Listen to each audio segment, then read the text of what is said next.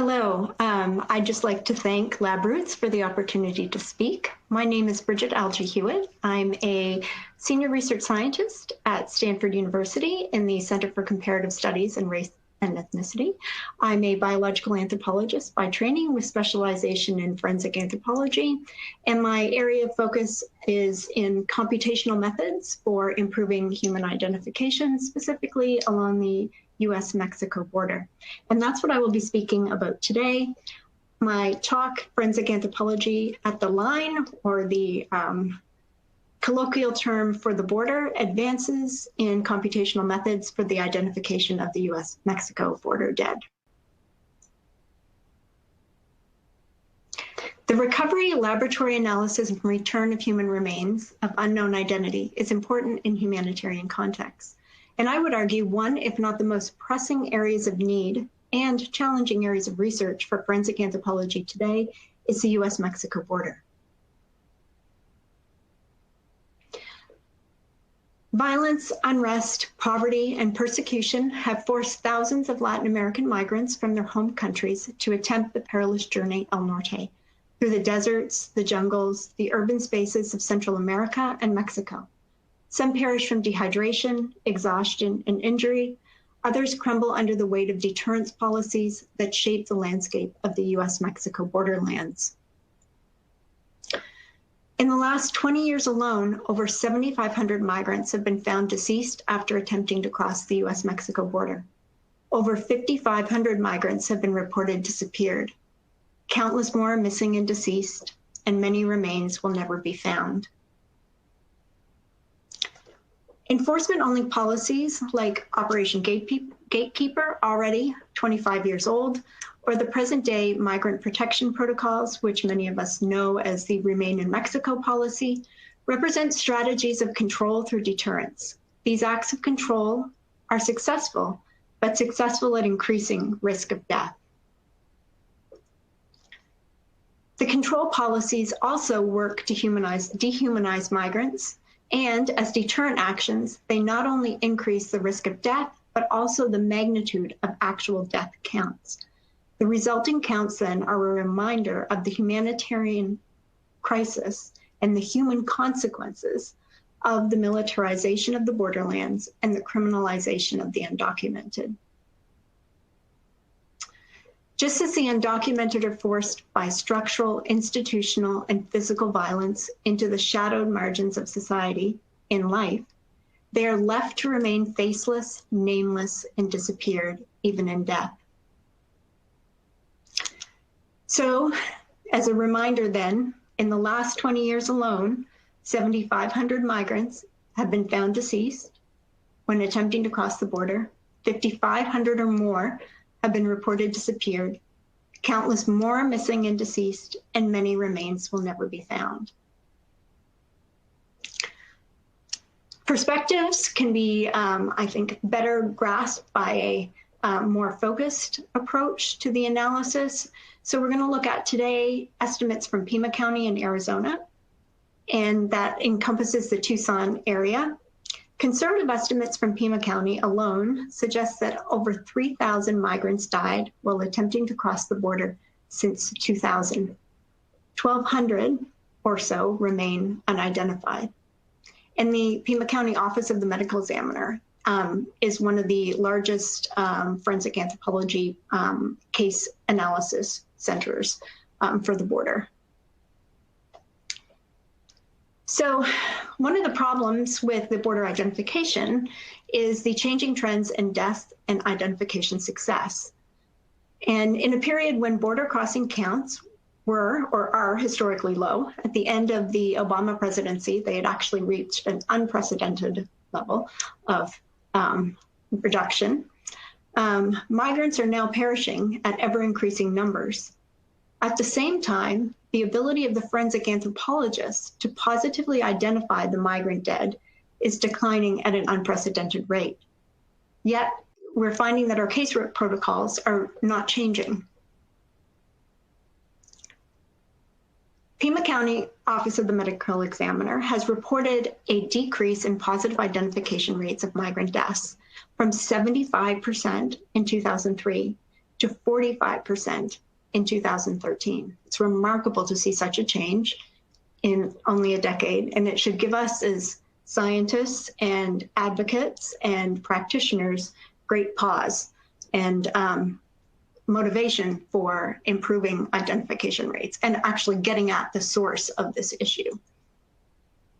So in the throes of this crisis, immediate improvement to forensic identification is critical, as we have to attempt to speak the story of the dead, as our role as forensic anthropologists, give closure to the family and friends of the missing, and uphold our values of social justice and commitment to human rights. Improvement, I would argue, though, cannot be achieved by the traditional methods of forensic anthropology alone. These are the methods that have brought about that reduction in positive identification rates.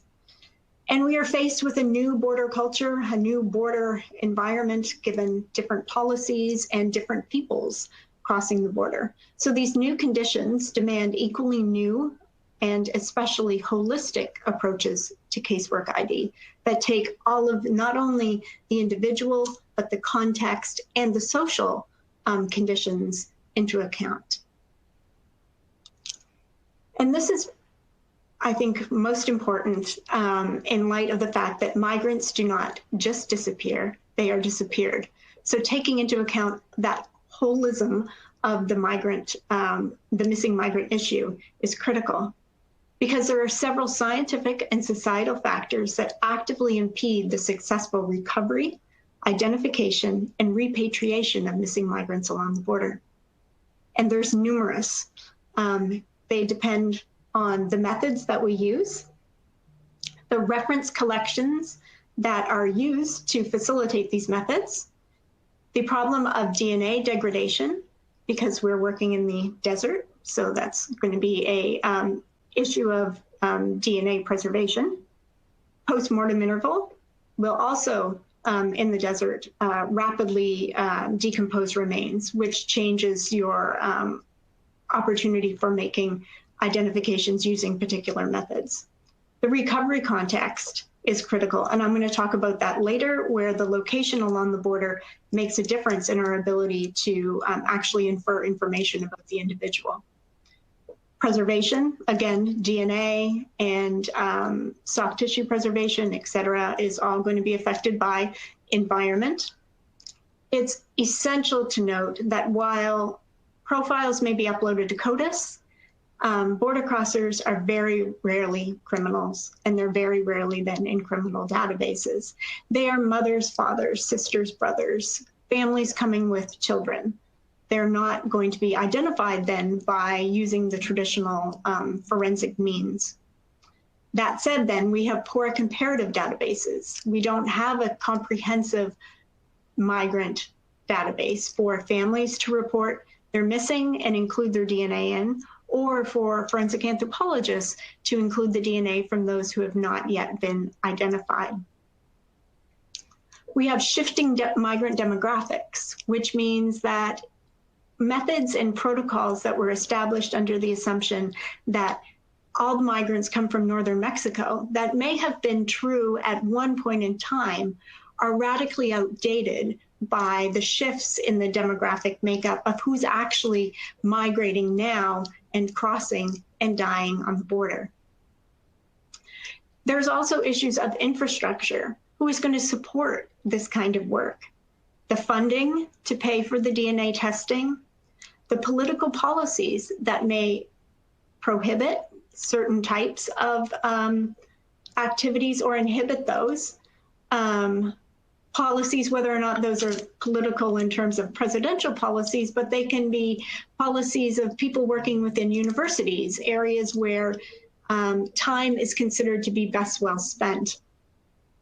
There's also public opinions on methods of identification and what is of value that can get transmitted to in the course of the expert giving their opinion, and then it actually ending up reported to someone else and interpreted, and then it may impede an identification. That brings me to reporting access. not all families have access to a reporting location, of opportunity to give a DNA sample. This is because they have a potential lack of knowledge of the presence of forensic anthropologists. There's obviously a disconnect between people who are migrating from Mexico, Central America, and they're being expected unreasonably to have some knowledge that forensic anthropologists are present and able to aid in the United States. In addition to that, there's fear and problems of trust with governmental and institutional agencies. Many of the people who are migrating come from structurally vulnerable groups. They're marginalized, oppressed, and fearful. So to reach out to an agency that they feel is akin to a oppressive structure would be very problematic. And then there's just simple issues of communication. So not all forensic anthropologists speak Spanish, have the ability to communicate in that way. And then more pressingly, not all migrants speak standard Spanish. So even if there is that level of communication and there's someone who is boots on the ground who they can actually connect with, they may not be able to communicate. And then there is the larger issue of education. How do we disseminate our knowledge and our ability to aid in the places that need them to populations that are already fearful of that kind of interaction? So there are many social and scientific issues that we need to address in tandem. And many of these impediments are directly related to the systems of structural vulnerability and the presence of institution and physical violence that compel these forced migrants to take up this journey. Such factors will include poverty, mistrust of government, fear of law enforcement, gang brutality, political violence, and ethnic persecution. So then, in light of that list of factors, the greatest barrier to positive identification are the lack of family reporting of the missing and the absence of reference DNA for kin matching. These impediments are exacerbated by the often limited availability of information on the place of origin or the sending region of the unknown, which can be critical for seeking out family members and for submitting case reports with DNA profile results, as few migrants, as I said, are found in criminal databases. So, as I've already said, marginalization begets marginalization through that concept that forced migrants do not disappear, but they are forcibly disappeared. These structural factors prevent knowing about the unknown. In the absence of family data, accessing information on origins by other means is therefore critical. So we have to figure out where to send this information or who to start asking to go ask around for family members. But we can't do that if we don't know the geographic location where this unknown individual originated. So then how can we improve case identification success? Well, motivated by these increasing number of unsuccessful identifications of missing migrants, how can we address this barrier to improve rates of positive identification and repatriation of the border debt? So my response to this question is to engage, try hybrid ancestry estimates. So the proportions of ancestry for each individual, the case recovery location, so the GPS coordinates where that individual was recovered along the border. And because these the cases that I'm working on to build this analysis or model are already positively identified, then I have their place of origin or their sending region already. And I'm using these 3 sets of variables to develop a biogeographic profile, which is a model that allows me to predict sending region to aid in this kin matching and to enable repatriation. And how is this possible? So genetic diversity in Latin America is very high. Studies using genetic and skeletal data alike have revealed differences in ancestry for many of the geospatially defined groups that are distributed across Latin America. So we can use this spatial organization or structure in ancestry estimates to reveal information on their sending regions. We can also capitalize upon information that we can get from those who were successful at crossing the border. So we can understand the habits of the living to shed greater light on the context of the dead. So demographic research on migration networks have found distinctive transit pathways whereby migrants of different origins, so with different state or city of birth or residence, are associated with particular destinations. So you come from a particular place, you are more likely to cross the border at a particular location. The pathways through Mexico and the crossing points along the U.S. Mexico border are shared by experience. So if you have family who have successfully crossed or friends, they transmit that information back to your hometown. That information then informs the next persons who attempt the journey. So it's a perpetualization of these same transit pathways that are clearly linked by point of origin and point of destination. And we can use these trends then to predict the sending region for the missing migrants. How did I develop this procedure? So I started out with 150 cases from the Pima County Office of the Medical Examiner in Arizona. I applied model-based clustering, geospatial analysis, machine learning, and traditional statistical methods to produce this biogeographic profile, and I'll explain how I've done that in more detail as we move along. To this goal, then, the relationships among ancestry composition, so that tri-hybrid ancestry breakdown, the geographic location of the remains, so those GPS coordinates on the border, the sending region of the place of origin of the individual, their sex, and their case reporting date were all investigated. And I took that information and built models that predict the individual's documented sending region as a micro-regional category, on the one hand, and then remarkably, it's even possible to predict the GIS coordinates for that sending region when those coordinates are taken as the centroid of the area, state typically, from which they originated. So how do we calculate craniometric measures of ancestry? So I'm sure you're familiar with ancestry estimates being derived from genetic data.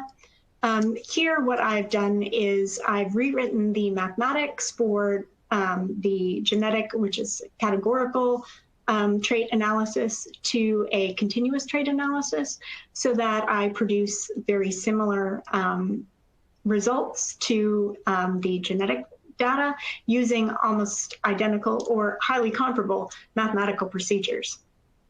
How is this possible through craniometrics? Well, measurements of the cranium or craniometrics have been used as proxies for genetic data to study microevolutionary processes, trace patterns of variation, and reveal information on population history and individual biology, all through anthropology for its history. And this is because craniometrics have low plasticity with high to moderate heritabilities. Proportions of ancestry then can be calculated from craniometrics using model-based clustering implemented with the methods of finite mixture analysis. And what's exciting about this approach is that it's an admixture approach that's comparable to the methods that are used in genetics. So if you're familiar with the software admixture or structure, it's the same kind of philosophy. And it's preferable, I would argue, to the traditional single group hard classification methods that are used ubiquitously in forensic anthropology, because they don't allow us to get at the nuance of the geography. So by producing these proportions, we can identify signatures that represent geographic regions. These geographic regions need not be labeled in the same way as a geopolitical region. So we can actually map them onto real geographic space and see how they vary, and then create our own partitions or organization to those that make sense based on the relationships that we're seeing in the ancestry estimates and in the GIS coordinates.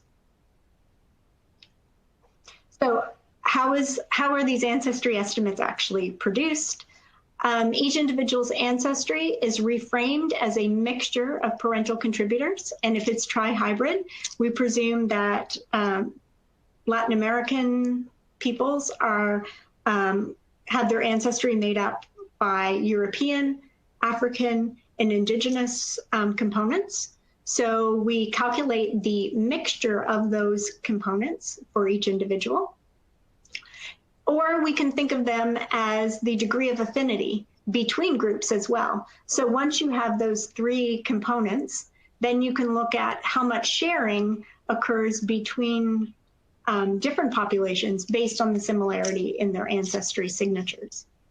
And this differs fundamentally from a single ancestry classification for multiple reasons. First, that we start out with the unknowns individual, and we have a reference sample of individuals as well. But we strip all of those individuals from we strip away from those individuals their identifiers. So no sex, no population, no information on them whatsoever. We just use their data. We subject it to the model-based clustering, and we get a probabilistic allocation. So we can see how individuals share between all of the clusters. And each one of those clusters adds up to 1. So, sorry, the combination of the clusters add up to 1. Each one of the clusters contributes then some proportion of that 1 or 100%. So individuals vary in each of those 3 ancestry proportions, which then serves as providing a signature for the individual. And then when aggregated in terms of a population or a region or however you want to partition it, you get a mean signature that then allows you for tests of differences, etc. A single ancestry classification starts out with predefined groups. So presumably geographically defined populations for which you have information.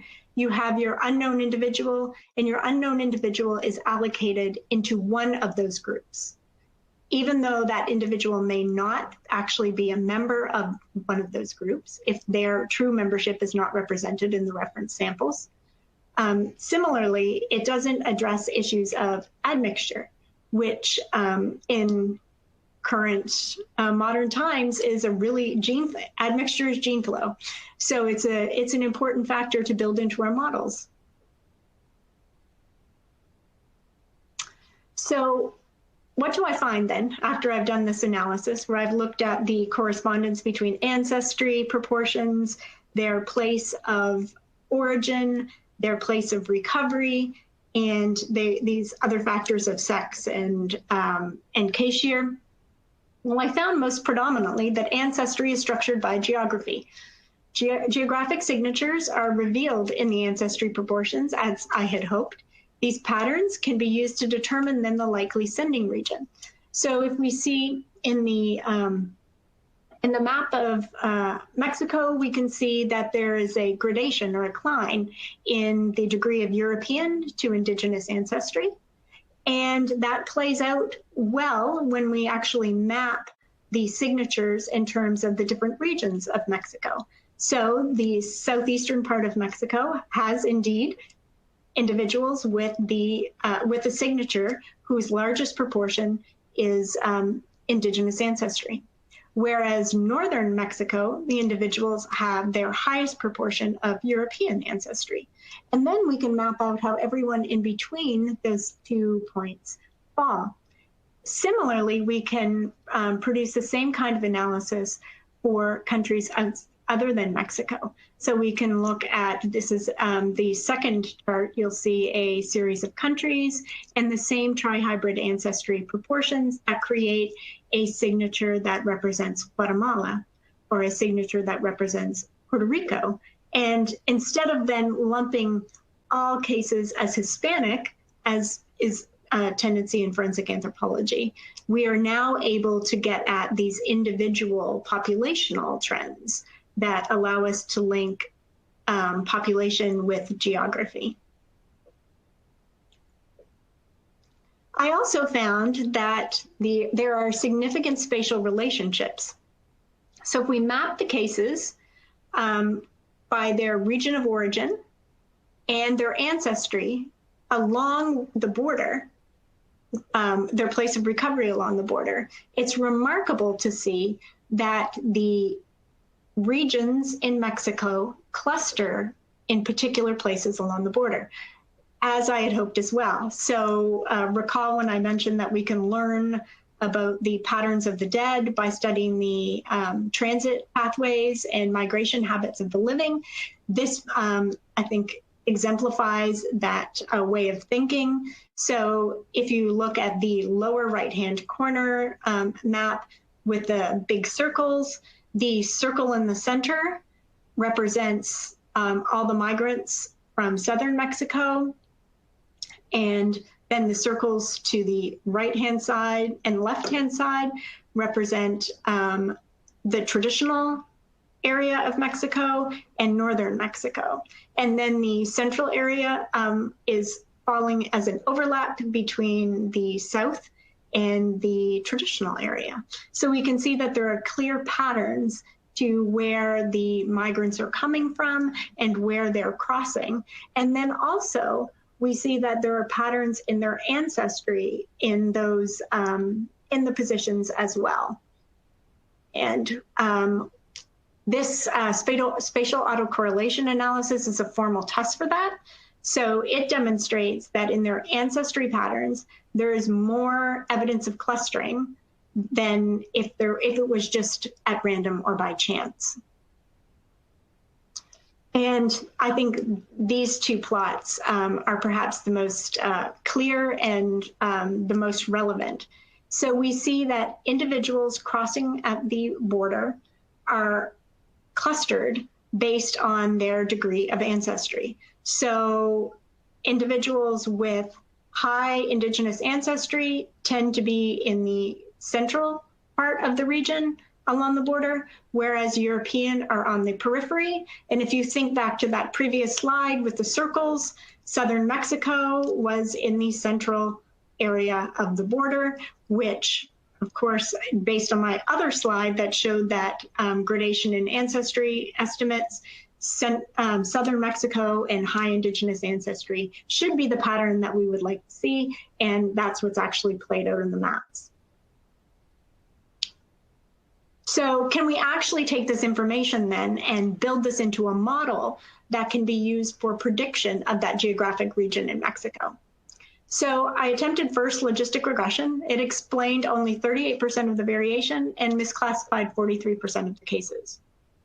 Significant improvement was achieved with machine learning methods. So a neural network using 12 nodes, 2 hidden layers, activated by the hyperbolic tangent function.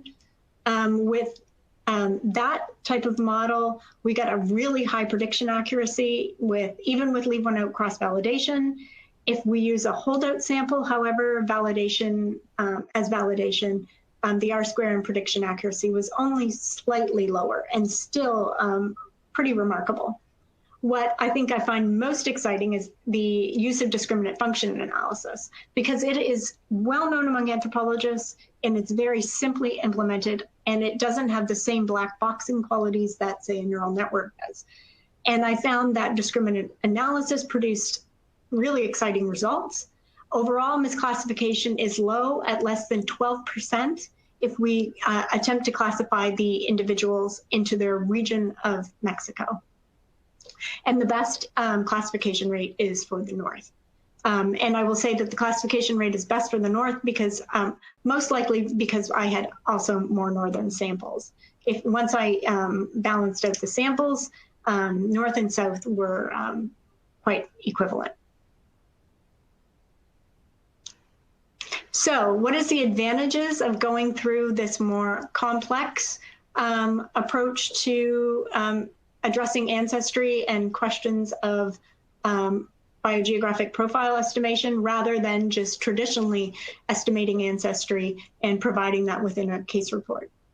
Well, using this biogeographic profile approach, it's possible to identify the hotspots where we may expect to find remains and mobilize workers to search those areas and target areas where death occurs more frequently. And these would be on the pathways that are now underserved or no longer served by support systems. So there is an advantage for actually recovering remains.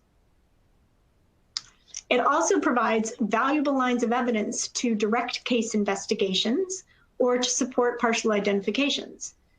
If our sending region isn't known and family members from migrant communities are not reached, are too fearful to report they're missing, and cannot provide comparative DNA samples, the identification potential drops significantly for the future.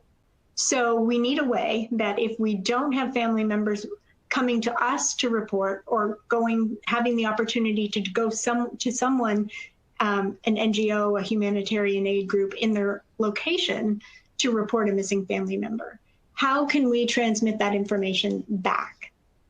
We need to know where to send it to. The method that I've developed here at least provides us with the first step towards accessing that origin information or sending region for the individual, using relatively little information that wouldn't already be collected in a traditional forensic anthropological case analysis. GPS coordinates are obtained. Craniometric measurements are taken routinely as part of the standard ancestry estimate. We always know when the case was recovered, and we have information on sex and time, should those two variables actually prove to be more informative. I should go back and say that those variables didn't add much to the model, so it was simpler to remove them without complicating the model. So I think we have great potential for thinking outside of the traditional methods, but that bring in aspects of those traditional methods, the craniometrics. GIS mapping is not unfamiliar to forensic anthropologists, and to just integrate them in a different way that allows us to answer some of the most pressing questions that are creating the greatest impediments to positive identification. And with that, I would just like to thank Dr. Bruce Anderson at Pima County. Bruce is, I'm sure, to the forensic community well known and has been a pioneer and a tireless advocate for identifying missing migrants. And Rebecca Vandeval, who is the student who I collaborated with on UIUC. And I'd like to thank Labroots again for the opportunity to speak with you today.